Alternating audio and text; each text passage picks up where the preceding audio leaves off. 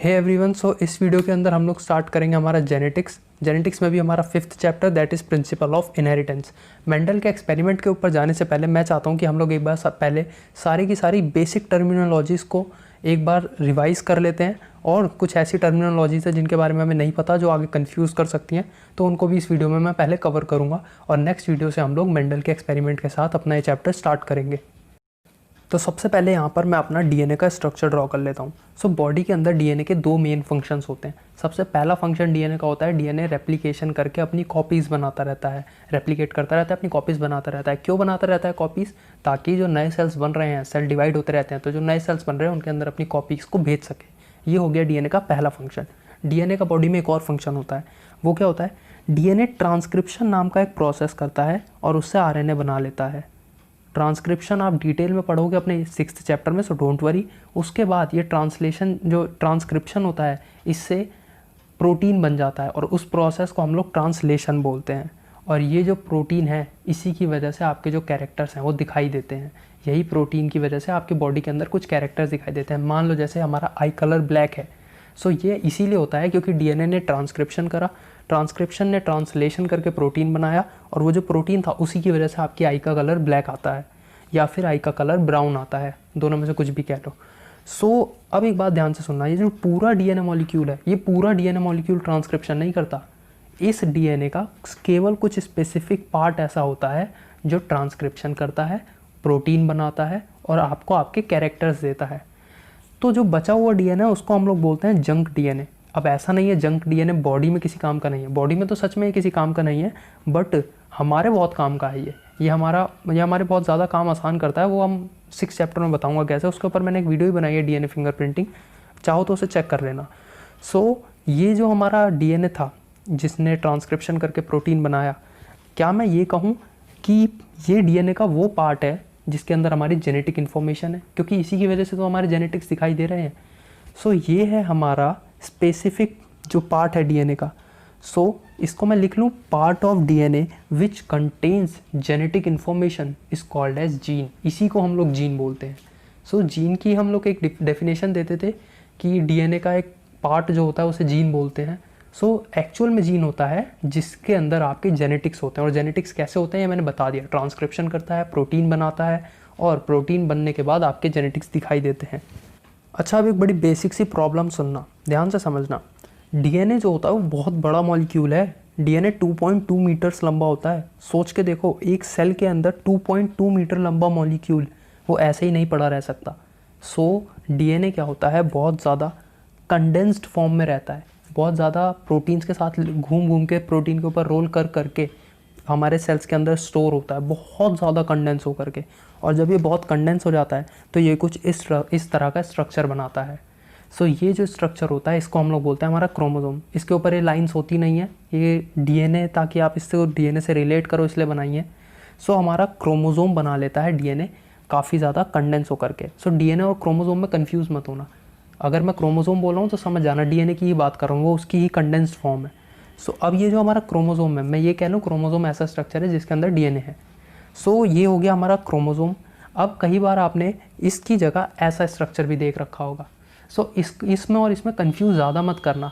Actual में क्या है, मैंने ऊपर अभी बताया था ना कि जो रेप्लिकेशन होता है डीएनए का, उसमें डीएनए अपनी कॉपी बनाता है। तो ये दूसरा स्ट्रक्चर कुछ नहीं है, ये सिर्फ डीएनए की कॉपी है। तो अब अगर मैं कहीं पर क्रोमोसोम वर्ड यूज़ करूँ तो समझ जाना मैं डीएनए की ही बात कर रहा हूँ, और उस डीएनए में भी जीन की ही बात कर रहा हूँ। सो इसमें ज़्यादा कंफ्यूज मत रहना। सो अभी तक हमने क्या पढ़ा था, हमारी मदर और फादर होते हैं, दोनों का क्रॉस होता था। क्रॉस के बाद क्या होता था, हमारे अंदर 22 तो ऑटोजोम्स आते थे, 22 ऑटोजोम्स मदर से, 22 ऑटोजोम्स फादर से, और एक एलोजोम आता था जिसको हम लोग सेक्स क्रोमोसोम भी बोलते हैं। तो 22 एलोजोम्स आते थे और एक सेक्स क्रोमोसोम आता था, मतलब टोटल 23 पेयर आते थे। हमारे पास डीएनए पेयर में आता है। मैंने यहाँ पर एक ही ड्रॉ किया था ऊपर, लेकिन डीएनए होता हमारे पास पेयर में है। हमारे पास एक मदर का होता है, एक फादर का होता है। तो इस कन्फ्यूजन को थोड़ा सा डीपली समझते हैं और देखते हैं क्या क्या चीज़ें चेंज करती रहती हैं यहाँ पर। तो सबसे पहले ये रहे मेरे मदर और फादर, और ये मैंने बना लिए दोनों के डीएनए, दोनों के क्रोमोसोम्स बना लिए। और मैंने कौन सा क्रोमोसोम बनाया, मान लो क्रोमोसोम 4 बना लिया। जैसे हमारे पास 22 ऑटोसोम्स आए थे, उसमें से जो चौथा ऑटोसोम है वो ड्रॉ कर लिया। तो ये भी मदर का 4th ऑटोसोम ही है, दूसरे वाला भी 4th ऑटोसोम है, दोनों सेम क्रोमोसोम्स हैं। सेम क्रोमोसोम मतलब सेम डीएनए के कंडेंस्ड फॉर्म्स हैं। अब सुनना ध्यान से, मान लो इसमें ये वाला जो एरिया है ये वो स्पेसिफिक एरिया है जीन वाला दोनों में, और दोनों एरिया का काम क्या है, आई का कलर बताना। दो अलग अलग डीएनए हैं, दोनों की सेम पोजीशन का काम है आई का कलर बताना। ध्यान से सुनो, दो अलग अलग डीएनए, दोनों की सेम पोजीशन का काम है आई का कलर बताना। तो ऐसे पेयर ऑफ डीएनए को हम लोग बोलते हैं होमोलोगस क्रोमोसोम। होमोलोगस मतलब सेम, ऐसे chromosome, pair of chromosome having same functions. अब सुनना, मान लो जो मेरी मदर वाला डीएनए है वो ब्लैक कलर की आइज़ देता है, और जो मेरे फादर वाला डीएनए है वो मेरे को ब्राउन कलर की आइज़ दे रहा है। तो जो क्रोमोसोम्स थे, दोनों क्रोमोसोम सेम है, दोनों क्रोमोसोम के फंक्शन सेम है, लेकिन जो ट्रेट्स दिखा रहे हैं वो दोनों अलग अलग है। एक ब्लैक दे रहा है, एक ब्राउन दे रहा है। मतलब इसे हम लोग बोलते हैं एलील्स। सो एलील्स होते हैं different forms of gene, gene की अलग अलग फॉर्म्स। अब ज़रूरी नहीं है, ऐसा भी हो सकता था मेरे फादर का भी ब्लैक हो, उनको भी एलील्स ही कहेंगे, क्योंकि है तो पेयर में ना, जीन की दो फॉर्म है ना मेरे पास, दो दो ब्लैक बनाने वाले हैं, यहाँ पर एक ब्राउन एक ब्लैक बनाने वाला है, तो ये दो दो फॉर्म में है, इसलिए इनको हम लोग बोलते हैं एलील्स। और जो दोनों एलील्स होते हैं उनमें से कोई एक एलील ही एक्सप्रेस कर पाता है जनरेशन में, अगली जनरेशन में दिखाई दे पाता है। जैसे मान लो मेरे मदर फादर थे और जो बेबी हुआ, जैसे मैं हुआ, तो मेरी आई कलर हुआ ब्लैक। सो मेरी आई का कलर ब्लैक है, इसका क्या मतलब है, मेरे अंदर किसका ट्रेट आया, मेरी मदर का ट्रेट आया। तो इसका मतलब है जो ब्लैक था वो डोमिनेंट था और जो ब्राउन था वो रिसेसिव था, इसलिए ब्लैक ने ब्राउन को हटा करके मेरी आइज़ का कलर ब्लैक रखवाया। सो आई होप कहीं ना कहीं आप डोमिनेंट और रिसेसिव का भी बेसिक कंसेप्ट समझ गए। जो एक्सप्रेस कर जाता है वो होता है डोमिनेंट, जो एक्सप्रेस नहीं कर पाता वो होता है हमारा रिसेसिव ट्रेट। उसके बाद मान लो ये सेम क्रोमोसोम का जो पेयर है वो मेरे पास एक और है, मान लो एक दूसरे बच्चे को कंसिडर करते हैं, और इस बच्चे के बारे में अगर मैं बात करूं तो इस बच्चे का ये समझ लो इसका भी सेम है, सेम क्रोमोसोम नंबर 4 है, दोनों आई कलर की बात कर रहे हैं। सो इसके मदर फादर दोनों के अंदर ब्लैक आई वाला वो है, ब्लैक आई वाला जीन है। सो दोनों का ब्लैक आई कलर वाला जीन है, बेबी पैदा होगा उसका तो डेफिनेटली ब्लैक आई कलर ही होगा। सो इसका जो ब्लैक आई कलर आया है और मेरा जो ब्लैक आई कलर आया है, दोनों में कोई फ़र्क है? एक्चुअल में देख के कोई फ़र्क नहीं है, बट एक्चुअल में अगर इसको देखो तो मेरे पास जो थे वो थे एक ब्लैक और एक ब्राउन, और तब मेरी आई का कलर आया था ब्लैक, और जो इसका है वो है ब्लैक और इसका कलर आया है ब्लैक। सो जो मैं हूँ, मैं हीट्रोजाइगस इंडिविजुअल हूँ, मतलब मेरा एक ब्लैक था एक ब्राउन था, मेरे एलील्स डिफरेंट थे, मेरे एलील्स डिफरेंट हैं, इसलिए मैं हूँ हेटेरोजाइगस, और इसके एलील्स सेम हैं, इसलिए ये है हमारा होमोजाइगस। एक बात और, मेरे को और इसको सामने खड़ा कर दो, हम दोनों की आंखों को देखो, दोनों की आई का कलर ब्लैक है, क्या तुम हम दोनों को देख के डिफरेंशिएट कर पाओगे? तुम बता सकते हो कि मैं ब्लैक और ब्राउन वाले जीन्स थे लेकिन मेरा कलर ब्लैक आया है, और इसके ब्लैक वाले ही जीन्स थे और कलर इसीलिए ब्लैक आया है? ये तुम देख के नहीं बता सकते, इसीलिए हम हीट्रोजाइगस और होमोजाइगस में डिफरेंशिएट देख के नहीं कर सकते। इसलिए हमने दो टर्म्स में डिवाइड करा, फिनोटाइप और जीनोटाइप। फिनोटाइप क्या होता है, जो फिजिकल मेकअप होता है, फिजिकल मेकअप मतलब जो फिजिकली दिख रहा है, तो तुम हमें फिजिकली देख के ये तो बता सकते हो हमारे आई कलर ब्लैक है, लेकिन तुम हमारे फिनोटाइप को देख के हमारा जीनोटाइप, हमारा जेनेटिक मेकअप नहीं बता सकते। सो आई होप आपको फिनोटाइप, जीनोटाइप्स और यहाँ पे बहुत सारी टर्म्स जो मैंने बोली हैं, हीट्रोजाइगस, होमोजाइगस, डोमिनेंट, रिसेसिव, ये सारी टर्म्स क्लियर होंगी। सो फाइनली आगे का चैप्टर बहुत ईजी होगा अगर हम हमारा लास्ट टॉपिक को अच्छे से समझ लें, that is gamete formation.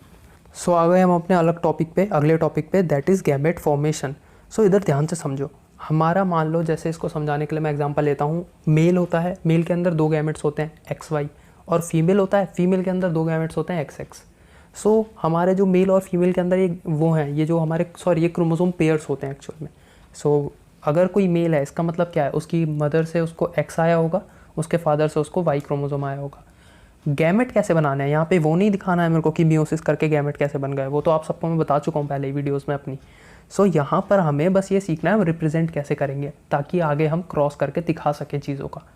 Gamete कैसे बनते हैं, देखो जैसे मेल में XY था, तो सबसे पहले अगर कोई फादर है उससे गैमेट जाएगा तो क्या जा सकता है, फादर के पास देने के लिए क्या क्या, X है और Y है, तो सबसे पहले X लिख लो, Y लिख लो, दोनों के ऊपर सर्कल बना दो, बन गए गैमेट्स खत्म। मदर है, फीमेल के अंदर X और X है, सो इन दोनों में से फीमेल क्या दे सकती है, X और X, दोनों के ऊपर सर्कल लगा दो, बन गए गैमेट्स। थोड़ा सा इसको एडवांसली समझना, जैसे मेंडल ने लिया था TT टॉल के लिए, 10th क्लास में पढ़ा था। सो दोनों T और T को अलग करो, सर्कल लगा दो। थोड़ा एडवांस जाना चाहते हो तो कहोगे भाई ये तो सेम है, एक्स और एक्स के ऊपर सर्कल दोनों सेम है, टी और टी सर्कल दोनों सेम है, तो एक ही टी के ऊपर सर्कल लगा लो। ऐसे भी गैमेट्स बना सकते हो। सो अगर आपको गैमेट्स बनाने को आएंगे कोई भी दो के बीच में, तो वो आप इजीली ड्रॉ कर सकोगे।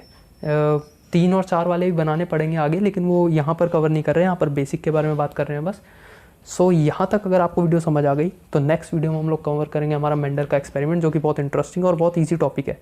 उसके साथ साथ अगर आप चाहते हो उस वीडियो को जल्दी से जल्दी देखना, तो वीडियो को जल्दी से लाइक करो, कमेंट करो अगर आपके कोई सजेशंस है वीडियोस से रिलेटेड, और चैनल को सब्सक्राइब करके बेल आइकन ज़रूर प्रेस करना। सो इस वीडियो के लिए इतना ही। Thanks for watching.